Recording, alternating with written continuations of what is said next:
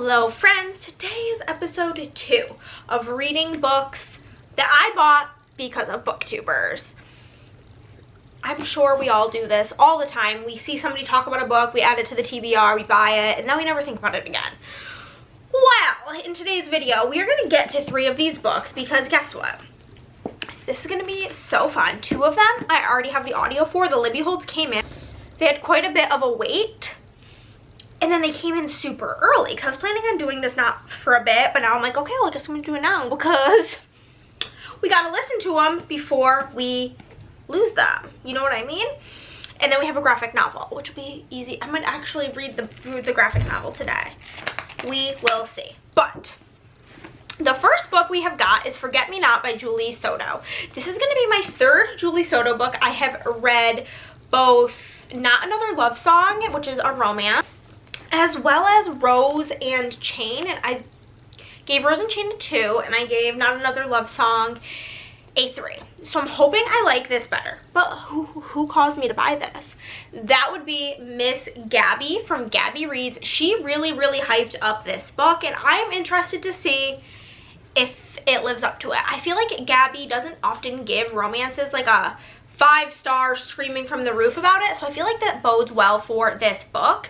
All I know about it is it's about wedding planners, so let's find out. Alma Torres is a wedding planner who doesn't believe in marriage, but weddings, they are amazing. Elliot Bloom is a brooding florist who hates owning a flower shop until a certain bright-eyed donut-loving workaholic shows up at his door. Once upon a time, they collaborated on events by day and by night. Alma traced the intricate flower tattoos etched along his body. Then Alma shattered his heart and never spoke to him again. Now they're working on an event that can make or break both of their careers, except neither of them has gotten over what happened 2 years ago.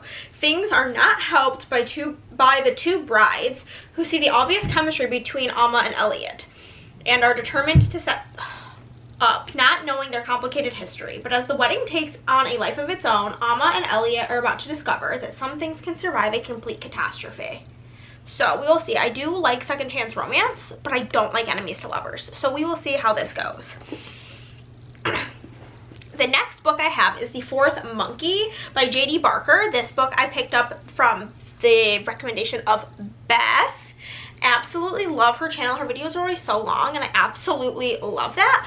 But this is called The Fourth Monkey, and this is a series, and she kind of described it as like the monkeys, like the hear no evil, see no evil, speak no evil, and then we have the fourth monkey. And the way she described it is like it's a bad guy. It's almost like vigilante energy. He's getting the bad guys, but instead of getting the bad guys, he's taking somebody that they love and like doing things to them, removing their body parts. Like, we'll send them their ear, hear no evil, send them an eye, see no evil, whatever, tongue, to try to get them to confess. That's what I actually have not read the synopsis. That's kind of how Beth had described it in her video. But this says 2 days to save her for 2 days to save her. Whoa. 2 days to save her. For over 5 years, the 4-monkey killer has terrorized the residents of Chicago. When his body is found, the police quickly realize he was on his way to deliver one final message, one that proves he has taken another victim who may still be alive. One day, as the lead investigator of the 4th Monkey Killer Task Force, Detective Sam Porter knows that even in death, the killer is far from finished. When he discovers a personal diary in the jacket pocket of the body, Porter finds himself caught up in the mind of a psychopath, unraveling a twisted history in hopes of finding the one last girl, all while struggling with personal demons of his own. With only a handful of clues, the elusive killer's identity remains a mystery. Time is running out and the 4th monkey killer taunts from beyond the grave in this masterfully written, fast-paced thriller. So I'm very excited about that. Then the final book I have is this graphic novel called The Magic Fish by Trung Le Nguyen. And I picked this up because of Gavin Reads It All. He recently read this in, I think, a shelve it or, no, what does he call it? Emboss or toss type video. And this is a graphic novel, and it's actually so beautiful. It's like the panels are in these individual colors, like blue and red, and then there's some yellow ones. And essentially, this is about it's from what I gather, it's about a kid, I don't know, is Tien, and he and his family, his parents are refugees struggling to learn English, and he doesn't know how to come out to them in Vietnamese. He doesn't even have the right words. How can he ever know if his parents will accept him? The answer is in fairy tales, a language that Tien and his parents share. Tien learns from his favorite stories as he navigates the world with the help of friends, family, and fairy tales. And Gavin really hyped this up. He's like, I'm gonna emboss it, but I'm also gonna buy another copy of the book to donate to my library because I feel like everybody should read this book. And that in itself was enough to get me to pick it up. And I found that when I looked this up on Amazon, and it was on clearance for only $8. So had to pick it up. So obviously I'm gonna read this physically, and then I do have the audio for both of these other books. So with that being said, let's jump on into it.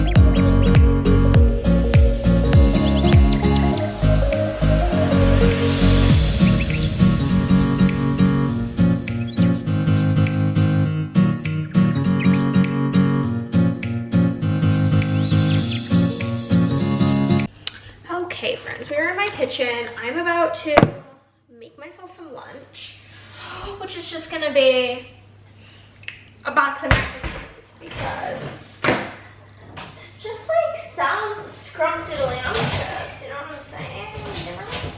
Yeah. Let me fill up our sink. Embarrassing vibes, full of dishes. But the dishes are my husband's job, and he is at work today, so that'll be a tomorrow task. But we are killing it. We are about, this is the book I decided to start with for this, was Forget Me Not by Julie Soto. It came through on Libby, so I was like, okay, I guess that's the one we are starting with. I thought maybe I would start with a graphic novel, but turns out I didn't just because I didn't. Okay, I don't really like need a reason. I just chose not to. So we have, I think honestly like 60% into the audiobook. Like I'm honestly flying through it. It's also kind of a short audio. It's only 9 hours. And I listen to audiobooks depending on if they have like an accent or the genre at between 2 and 3 times speed, but because this is just like a silly little romance, 3 times speed is working. I'm already telling you right now, this is my favorite Julie Soto book I have read. I recently, probably within the last month, have been just reading all the Julie Soto. I read the like music one, Not Another Love Song, and then I read her romantasy debut, Rose and Chain. And I gave them a 3 and a 2-star respectively. And so I wasn't like overly excited about this, but I am loving this. So we have our main character. Her name is pronounced Amma, kind of like Emma. I think I might not have pronounced it right in the beginning, but they've like made a point to talk about her name, so I know it's Amma. And so she is essentially a wedding planner. She used to work for like a big wedding planning company, but she has since kind of like left the company to do her own thing. And she has done a bunch of weddings, and she gets approached by this like influencer to plan her and her fiance, it's a lesbian couple, their wedding. And she's like, doesn't think she's like a shoo-in for the job, but she's taking it very seriously. She goes, and the thing is they had come highly recommended to her from a wedding that she had done a few years ago. Then the thing that really gets Amma is she asks who like they got her name from, and when she tells her, she finds out it's a wedding that she did for this guy that she had been seeing, not officially dating because she doesn't believe in dating. or relationships really, which is kind of funny as a wedding planner. But it is somebody she's been involved with's mother, so she's a little bit stressed out about the whole thing. We find out that Alma's own mother has been married 16 times, and she has like a slew of step siblings and half siblings and all the things, because her mom just keeps getting married and divorced, and due to her mom's relationships, she doesn't really believe in love, but it's what got her into wedding planning, because she's like, I've been everything. I've been a flower girl, I've been a DJ, I've been a maid of honor, you name it, I've done it in my mom's millions of weddings. So she meets with this couple, and they're like, yes, we absolutely want to work with you, we love the things, like, basically, they went into the meeting with Alma knowing they were going to hire her, as long as she could do their dates, because they want to get married pretty quick. The only thing is the only thing that they for sure know is who they want to use for their florist. And lo and behold, the florist is the guy that Alma used to have a thing with. And so that's kind of putting a damper in things. This is also past and present timeline. The present timeline is in Alma's point of view, and the past timeline is in Elliot, the guy, his point of view. And so we're slowly learning what happened between them and how they were kind of like hooking up, but Alma doesn't do relationships, so they were never really dating. And so she's a little bit stressed out because they have not seen each other in years, but they're insistent on using this florist, and so now she and him are working together to plan this wedding, and it's bringing up a lot of old feelings. She's still super attracted to him, but she still doesn't like believe in relationships, and they haven't really talked about what happened all those years ago. I'm sure it's going to be coming to a head soon, because I am like 57%, and I feel like third act breakups usually tend to be around the 70 to 80% mark, so I think I'm getting pretty close to everything coming up, which is really exciting. Another thing is that Alma like is still friends with the like woman who owns the company that she used to work for, and she contacts her, because when she left, she basically made an agreement to not like use her vendors, not step on her toes. Basically, there's like a term for it, like I don't know the term. Like, for example, if you leave a business to start like the same kind of business, you legally can't take their clients. I don't remember the name of that, but if I remember it, I'll tell you, but I don't think I will. But basically, something like that, and she's like, so like, I have this high profile thing, this is the date, like, I'm gonna have to use some of your vendors. And she's like, oh yeah, like I know that it's not totally unavoidable, and basically, she's like, I'll make you a list of everybody that's still available.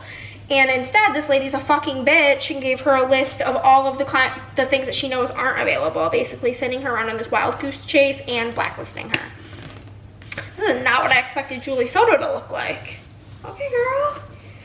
But so far, I'm really liking it. It's giving 4-star energy as of right now. I don't think it'll be 5-star. 5-star for me, like a contemporary romance, tends to only be a 5-star if it's just like it makes me laugh a lot, or if it makes me cry. And I don't foresee this doing either of those things, but it is feeling like a 4, which I absolutely love. And I'm excited to continue on with this. I don't know if she has like a YA, Julie is going all over the place. She has a YA thriller that recently came out called Thrashers. I have no interest in reading that. I don't really like YA thrillers very much, so that's not something that's going to be on my agenda. I think it's literally this, Not Another Love Song, Rose and Chains, and then Thrashers. So I've read almost all of her books within like the last month, which is kind of crazy. Yeah, me, seeing as I have like plenty of all-time favorite authors that I'm super behind on their backlist stuff. But listening to this, and then what other books is in this video? The graphic novel, which I'm obviously not going to listen to on audio because that would be silly. That would just, oh, the Fourth Monkey book. I do have that on audio as well. It is available through Kindle, but I also have it on Libby. So that will be coming up here shortly. And yeah, I'm excited to keep going, and I will check in with you guys when we finish Forget Me Not. I also absolutely love this cover. It's giving so much. The girl, so pretty. The guy, I don't really love a guy with long hair, so that's not super doing it for me, but you know. I'm gonna set the timer. We are gonna continue on. Okay guys, we have finished Not Another, I keep getting this title confused with the other one, Forget Me Not, which this one, they're not like interconnected series. There was a little sprinkling of the characters from the music one at the like very end of this. It might have been even the epilogue, but this was so cute.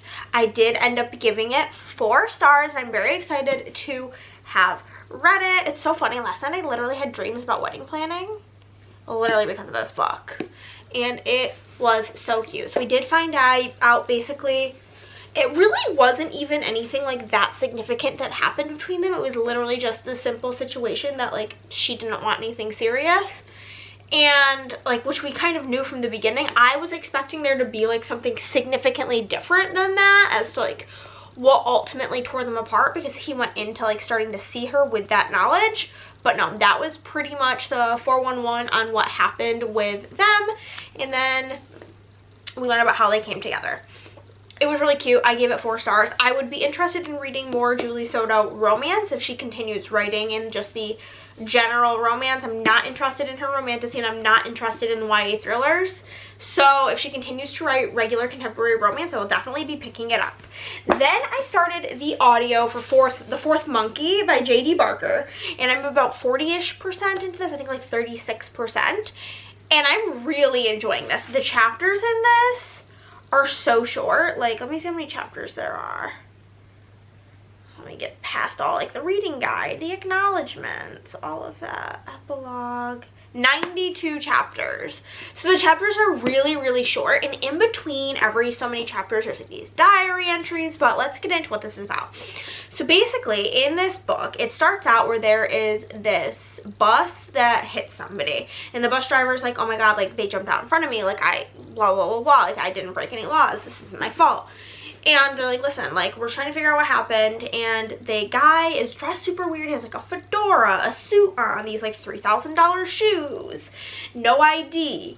And after searching the body, they find this box, and all of the like law enforcement kind of is like, because this box that they find is like a calling card for this infamous killer, the Fourth Monkey Killer, or the 4MK as they call him. And inside the box is a severed ear. Okay?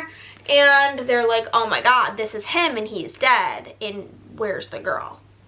So basically we're now learning that there is this guy running amok. Kind of like I said earlier, it happens like the info is given to us right away about how essentially there is this bad guy, the Fourth Monkey Killer, who will find people that he thinks are doing bad things, and instead of causing them like immediate danger, immediate harm, they abduct, I think like mainly their daughters. I don't know if it's like wives as well as of right now. I think it's just daughters. And first they'll send them an ear with like some sort of like message to like confess to their crimes. Then if they don't, then a few days later they will get their eyeball to see no evil. Then they'll get their tongue with a note. And then if they don't turn themselves in, do no evil, the body, they're dead. So basically the police are like, okay, well if this is the killer, which we are to expect that it is, my like theory as of right now is that it's definitely not, or there's more than one. But my guess is that it's not him, and it's just like somebody that was sent to transport something. That's like my guess right now. But basically they're like, well, if that was him and he has the ear, then there's like a girl with a missing ear being held captive somewhere. We have got to find her. So it's kind of what the police are in the middle of. They've got their suspects. They've figured out who the missing girl is.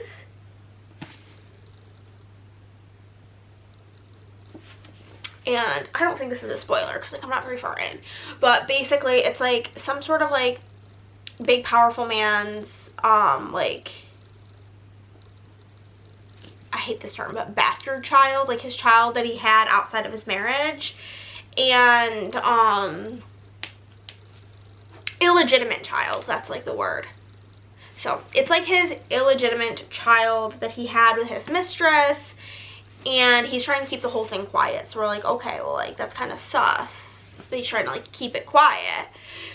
So the police are trying to figure this out, and then every like in between certain chapters well, we get like who it's about, like Porter is the name of the officer, day 1, what time it is, and then we'll get these diary entries, which is basically, I believe that when they found the body there was some sort of diary on it, and the police are kind of reading it. Everybody's like, well, just skip to the end, and at the end it's like the person who wrote the diary like expected them to do it, and they're like, no, you're not gonna find the end of the story here, better keep reading. So we're basically getting the story of like his childhood, which was bad news bears, what happened with that, his family, his parents, the whole 9 yards, and we're like learning his story, which is pretty crazy. So kind of spooked by that, but I'm so far really enjoying this, and I'm excited to continue. I'm gonna go do some work and continue listening to the audio for this book. But as of right now, it's also feeling like a 4. So if we could have all 4 stars, that would be absolutely stellar behavior.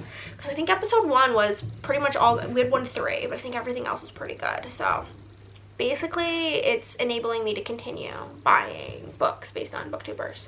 But my husband's doing the dishes, which I did ask him to do. So we're going to get going because that's going to be loud.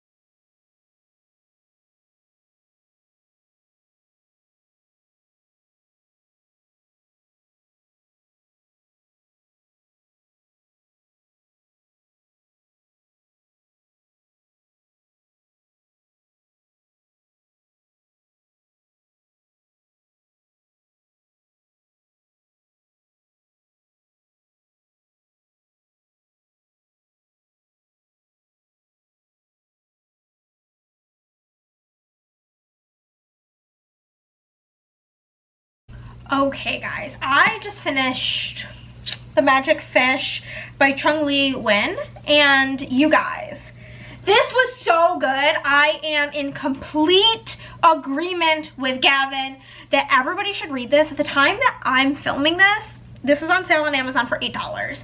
So if you go look this up and it's under $10, buy it. First off, this book has some of the most stunning art I've ever seen in my life, and it's super cool. So like there's 3 different colors that you will experience reading this book. There is the red color, which is the present timeline, then there's a blue color, which is the fairy tales, and then there's the yellow, which is the past. So basically in this book we have our main character Tam, what's his name, I believe, or Tien.